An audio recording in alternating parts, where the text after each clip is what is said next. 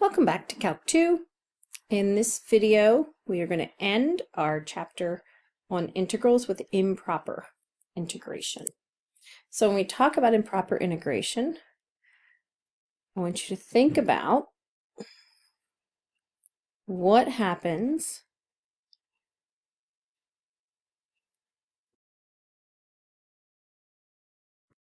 if I integrate a function. So this is the function 1 over x squared dx, but I want to go from 1 to infinity. 1 to infinity. So there's going to be two types of improper integration. The one where you can clearly see we are going to infinity either on the right-hand side, taking it 1 to infinity, or if I were to integrate from negative infinity to 1, in which case it would be the area, oh, not in blue, it would be the area in blue. So the first type is kind of an explicit, we call this type 1, improper integral where we know we're going to infinity. And that's the one we'll talk about first. But there's another type of improper integral.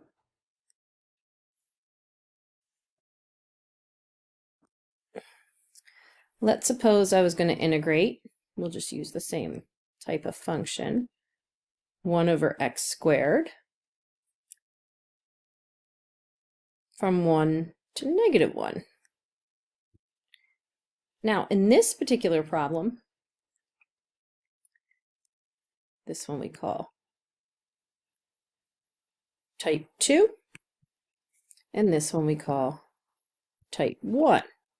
Again, where you can explicitly see that you have an infinity sign. Now, type 2, well, if you're looking at your graph and I want to go from negative 1 to 1, so this would be my area in green, it would be this area combined with that area. You can see, due to your vertical asymptotes, that you are going to be going to infinity between 1 and negative 1. But unless you stop and think about it, you don't see it with your boundaries, because your boundaries are actual numbers.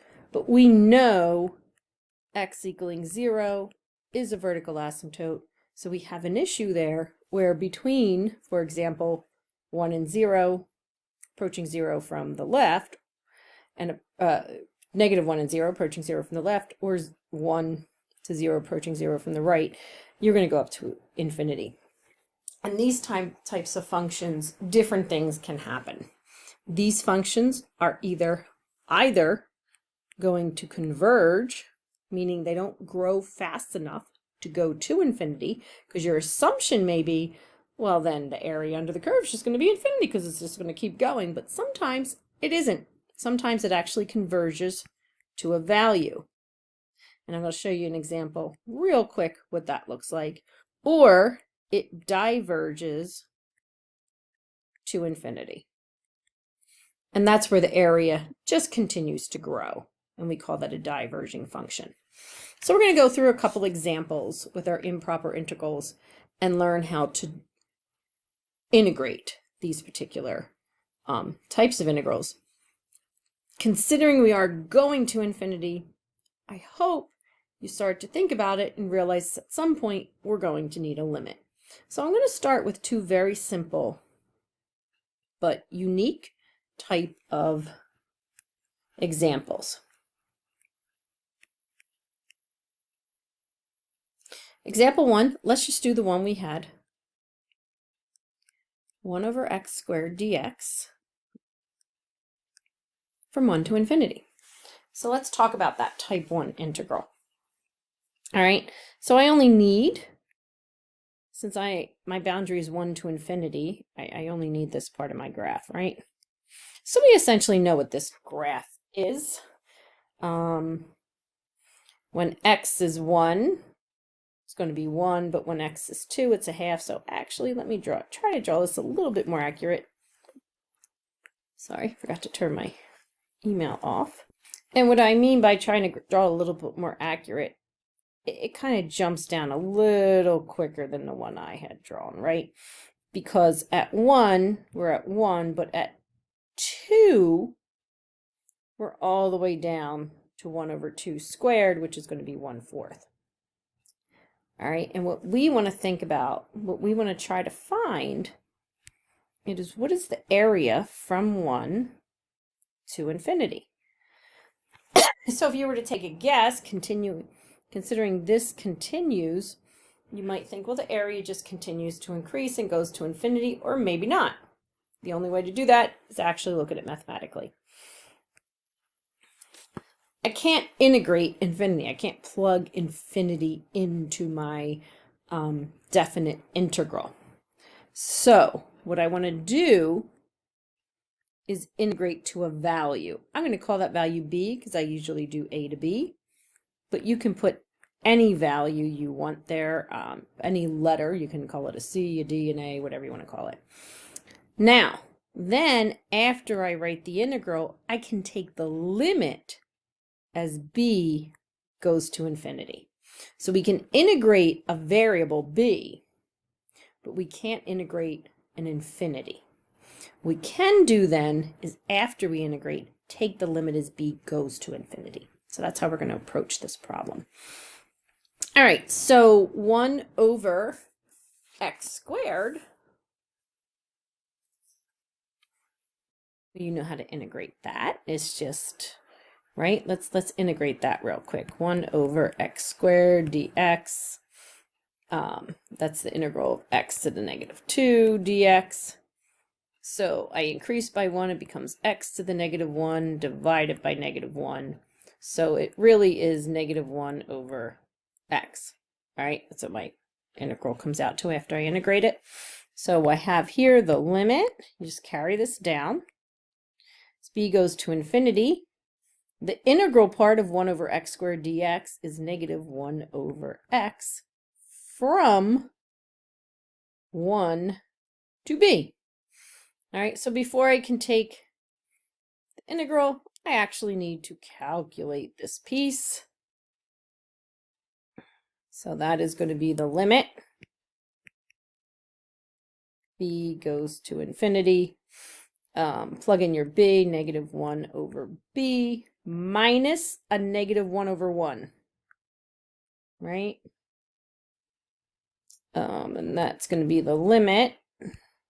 B goes to infinity of -1 over b plus 1. Well, if you recall, if you plug in infinity or try to take a limit of a value 1 over that, remember the infinity is going to get bigger and bigger and bigger as that value b gets larger and larger and larger, approaches infinity. This whole thing goes to 0. So my limit is 1. So that means this area we have here in green will never get larger than 1. Even though we're going to continue and go on forever and ever and ever and ever, believe it or not, we've just shown mathematically that area will never get larger than 1. Okay? Now, I'm going to do a very similar problem. But we say this converges to 1. So up here, this converges to 1. All right. So again, I want to do a similar problem. This time, I'm going to go from 1 to infinity of 1 over x dx. Well, if you think about that graph, keeping in mind, I only need the positive section of that graph because I'm only going from 1 to infinity, right? That also has this kind of shape to it. Just doesn't quite go as fast, right? We still have 1, 1, then we're at 1, 1/2, 2, 1/2, 3, 1/3, and so on and so on and so on. Very similar shape, not quite as fast. So let's see if that has a difference in our integral. All right, same idea. Can't go to infinity, so I'm going to integrate from 1 to b. Again, you can use a, use whatever you want, as long as I know I'm taking that value after I integrate to infinity. Do my integral. Oh, this time it's a little different because the integral of 1 over x is just ln x. So that's going to equal the limit, carry everything else over, even though we're only working on this little part right now. It's the limit, sorry, not the limit, the ln. The integral of 1 over x is ln x. We actually don't need the absolute values in this one because we know because of the part of the graph we're working on, everything's positive anyway, so you can actually leave them out on this one. And we want to go from 1 to b, which is the limit as b goes to infinity, ln b minus ln 1. All right, so before you plug anything in, or we can go ahead and plug in, what is ln of infinity? I got to plug infinity in for b. To understand what the natural log as b approaches infinity is, you got to understand the natural log graph, which looks like this. So the natural log of any value, as that value increases, this just continues to increase. So this becomes infinity minus e to what power gets you a 1, 0, and it equals infinity. So this area diverges, meaning it continues to grow. We put a D for diverging because the area is infinite. So amazing. What you've kind of learned from this is, let me scroll up. This particular graph approaches infinity so fast that the area never exceeds 1. This particular graph, approaches the 0. This particular graph approaches the 0 at a much slower rate. Those areas add up to the point where they don't converge to a value. They grow infinitely.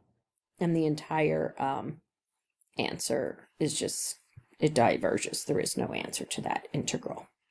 Okay? So that's a nice, also, this provides you a little preview of what we're going to end up doing in chapter 10. We get into series and sequences, and we have to come back and work with these limits. Let's take a look at some other examples. All right.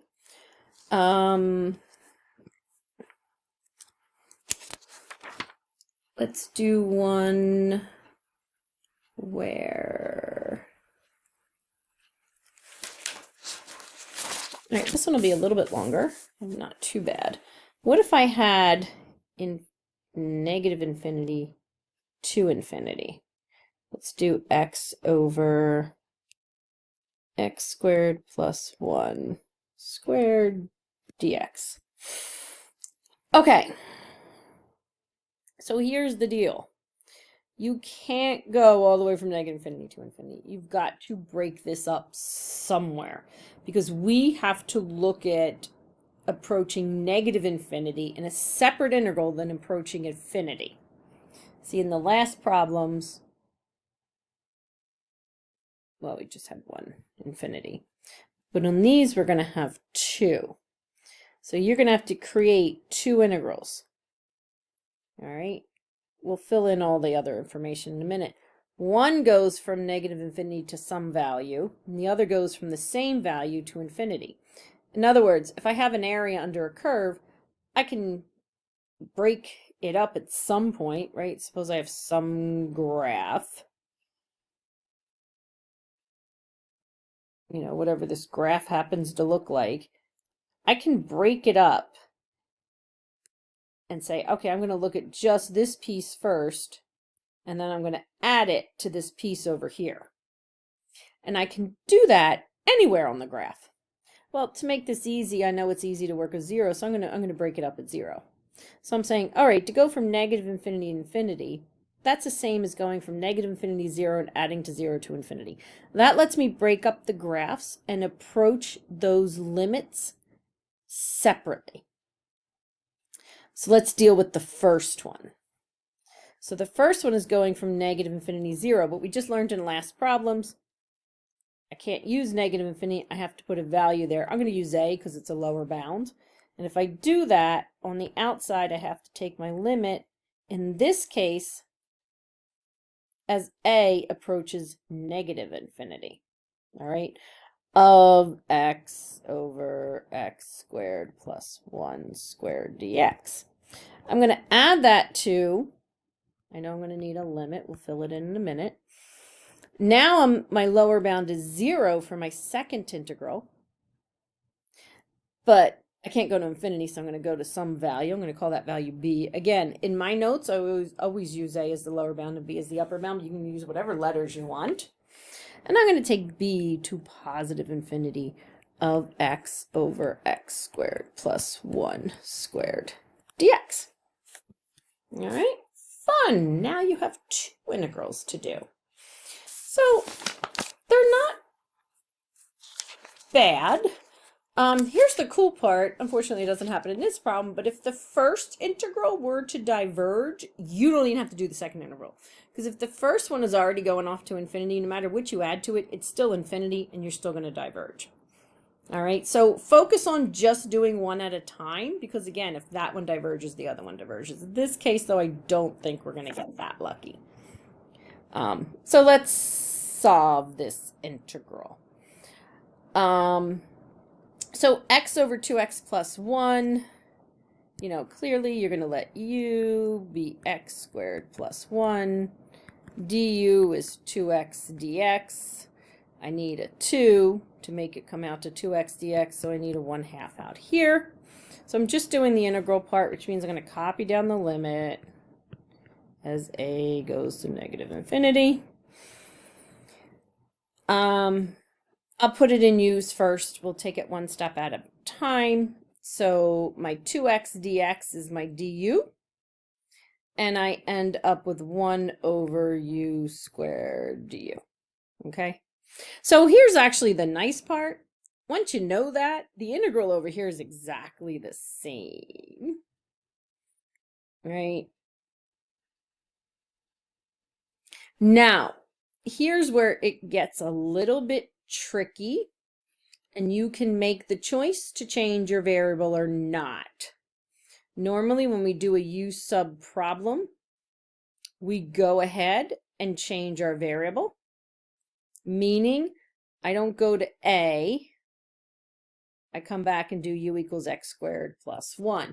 You can do that, or you can leave your boundaries and just make sure you put the function back in, and that's probably what we're going to do. All right. So what that means is when I go to integrate, I'm going to keep it from a to 0 because I plan on putting my x's back. Normally I would change those boundaries. The integral of 1 over u squared, u to the negative 2, is simply, we just kind of did that one. Don't forget your 1/2.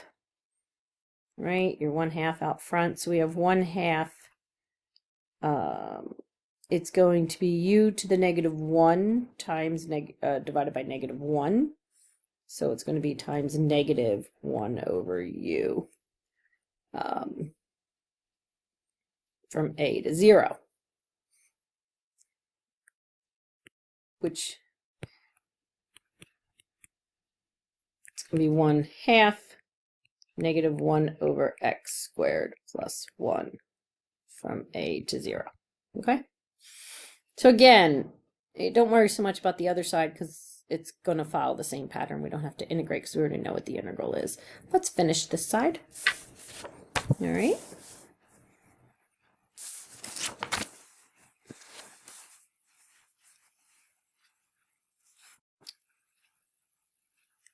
Before you can take the limit, you need to plug in.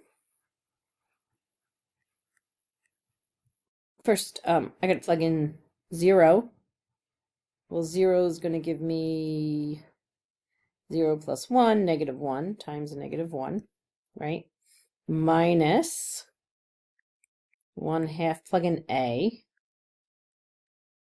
It's negative 1 over a squared plus 1.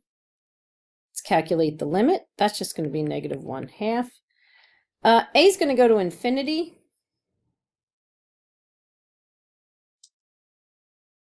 Any constant over a value that gets increasingly larger is just going to go to 0. So when I plug in infinity into this one, that whole function is just going to go to 0. So it becomes +0. All right, so we got to get the other side. But like I said, once you do, since we did not diverge and we didn't go to infinity, we have to do the other side. But you already have most of the work done. You already know what the integral is, so we can jump down to this step. It's going to be the limit as b goes to infinity. In fact, we can jump all the way down to this step where we know it's 1/2 -1/x² + 1, because the integral didn't change, just the boundaries change. And in this case, we're going to go from 0 to b. Okay? So even though it's a two-part integral, because the function's exactly the same, there's a lot of steps that are saved. Go ahead and plug it in. Or let's do the subtraction first, sorry. Plug in your b. It's just 1/2 -1/b² + 1 minus 1/2. Plug in your 0, which is times -1. Go ahead, b to infinity, same idea. This one's just going to go to 0. So I end up with another +0 + 1/2. And what does that all become? When I add all those together, I get 0. That's a converge. 0, so we can put a C. Converges to 0. Okay? Let's take a one that's a little more explicit, meaning we don't have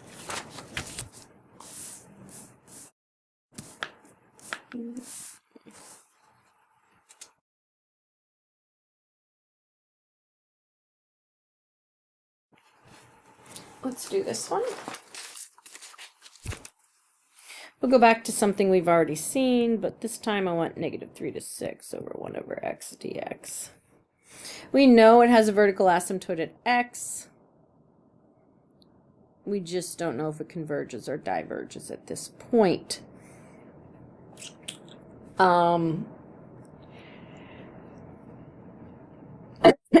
If you try to solve this, if you try to solve it as it is, you may be led to believing it's something that it's not because of that vertical asymptote. So when you have a problem like this, you got to stop and think, is there anything in that denominator that's going to make it 0? And is that value that makes it 0 in my range of lower bound, upper bound? So here's the issue. Yeah, we know x cannot be 0. Now, if I was going from +3 to 6, it wouldn't matter to us. We can just go ahead and solve it and we'll be done. But I'm not going from +3 to 6. I'm going from -3 to 6. 0's in 0 is between -3 and 6, or equal to. All right, so we've got to deal with it. And we got to deal with it using limits, unfortunately. So this one you're going to break up too, but this time, think about it, you're going to break it up where that vertical asymptote is, meaning I want you to go from -3 to 0 and 0 to 6. All right, but we know we can't plug in a 0 because that leads us to that vertical asymptote. This is where your limits come in. All right, so this gets written as the limit of 1, the integral of 1/x from -3. I can't use 0, so that's when I'm going to go ahead and use my variables again. I'm going to use an a. But over here, I'm going to take it as a approaches 0. And since I'm coming from -3, I'm approaching 0 from the left. All right, and then for my second integral, kind of the same idea. I'm going to take that limit. I'll fill it in a minute. I can't use 0. Oh, b, sorry. It makes me feel better. You can leave it as A. It doesn't matter if you use A or B. It makes me feel better to use B. Then I want to use A down here. I have to change that 0 to an A to go to 6. And this time, this A is going to approach 0 from the right because it's going to 6 of 1 over x dx. All right, so let's work each of them out. For the first one, all right, B going to 0 from the left, that is going to give me ln of x from, going to use the absolute value this time, -3 to 6. So let's finish this one up. So it's the limit as B goes to 0 from the left. Sorry, what's a B? I don't know why I said 6. Of ln of B, absolute value B, minus ln of absolute value of -3. So here's the interesting part. What's the natural log of the absolute value of B as you approach 0 from the negative values? Well, it doesn't matter, because if you're putting in a bunch of values that get closer to 3 from the left, they're becoming values from the right. All right. Does that make sense? Because you're plugging in numbers like, I don't know, if we're approaching 0 from this direction, you'd be plugging in negative numbers. When you plug them in, they become positive numbers. So you're finding the natural log of really, really tiny positive numbers, in which case that itself goes to infinity. And if you take infinity or negative infinity and subtract or add anything to it, it remains infinity.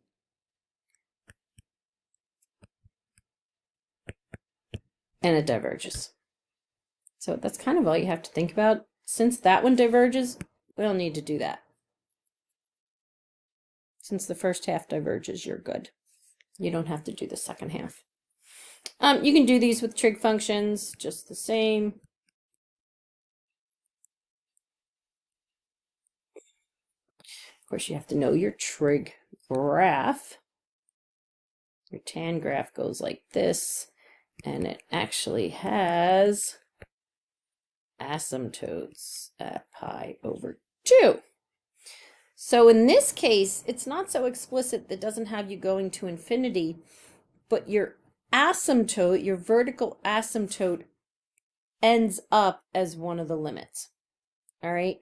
So what's nice about that, where in this case, my vertical asymptote ended up between the two values. In this one, it actually ends up as one of the boundary.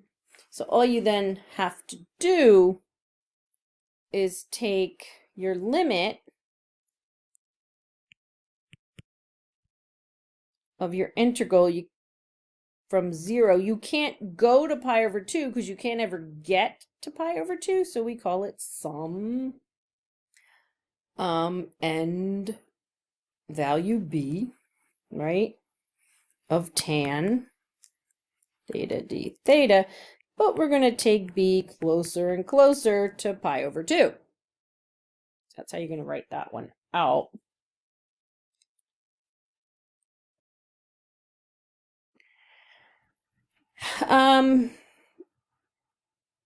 You have done the integral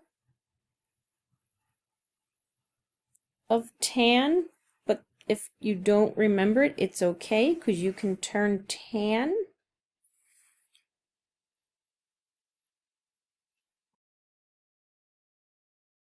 into sine over cosine. So if you don't remember the integral of tan, that's perfectly fine. We can go from sine theta.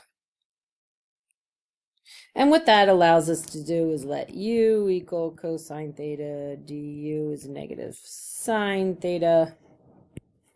I just need to introduce the negative and put the negative there to balance it out. Okay? And it ends up being the limit as b approaches pi over 2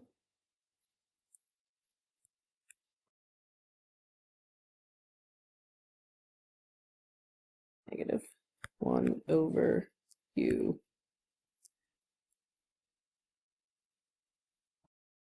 du. Don't forget d theta. So negative sine d theta turns to du. So it's an ln problem, right? Which then equals the limit as b approaches pi over 2. So we're doing the integral of one of u, which is ln.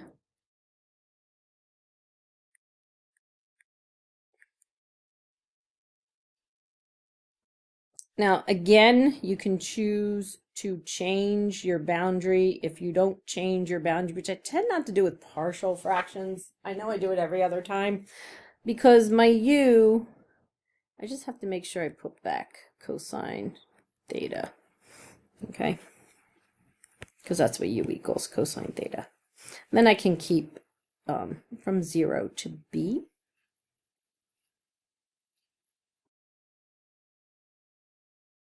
Which is the limit, as we haven't gotten to the limit part yet. We're still trying to finish the integral. So it's ln of cosine b minus ln of cosine 0. Cosine 0 is 1, right? So that's minus ln of 1, and we know that goes to 0. So what I want is the limit as b approaches pi over 2 of ln cosine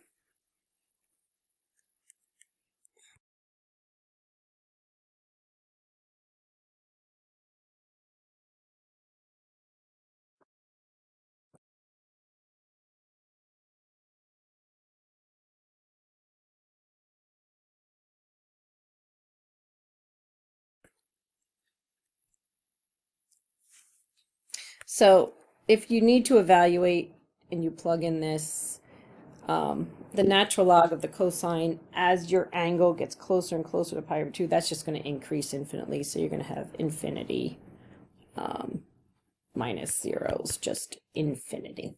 Okay, so there's some examples of your impartial fractions, and hopefully that can get you started working on those.